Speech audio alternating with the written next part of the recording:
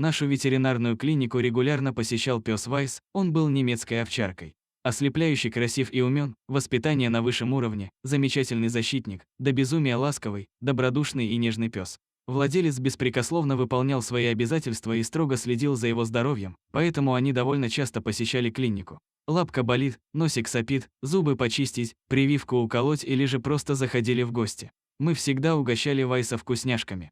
Он обладал интересной особенностью, которая отличала его от других собак. Во время прививки или процедур, которые ему не нравились, он сжимал зубами рукав доктора и зажмуривался, проявлял терпение. Спустя несколько лет, когда Вайсу исполнилось 14 лет, у него был обнаружен рак.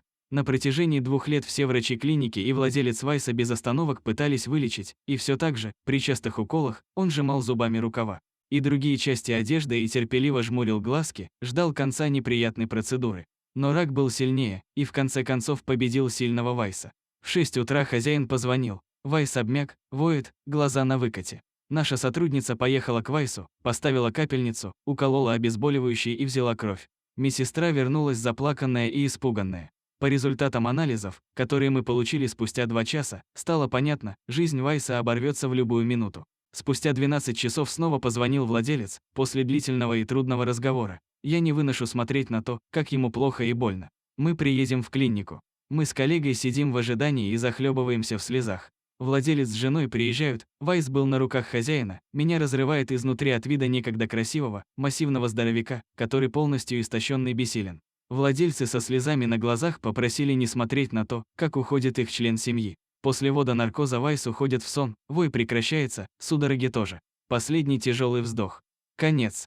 Стоим над бездыханным телом Вайса и рыдаем. Сообщаем хозяину, он падает в слезы. Брутальный мужчина, который с рождения был рядом с Вайсом, они стали лучшими друзьями за 15 лет, он более 2 лет провел в борьбе с болезнью друга, а теперь сидит у клиники и вскрикивает от боли утраты. Хозяин злился на себя за то, что у него не хватило сил быть рядом с другом в его последние, трудные минуты. Он забрал Вайса и уехал. Спустя месяц к нам приехали девушка и парень с маленьким щенком немецкой овчарки, сделать прививку. Он был очень испуган. Я подошла погладить и успокоить малыша, пока напарница будет делать прививку, а мальчик жал зубами мою рубашку и зажмурил глазки, терпеливо переждал укол. Я разревелась. Спасибо за то, что досмотрели этот ролик до конца. Подписывайтесь на канал, у нас много интересных видео о животных. Сохраним им жизнь вместе.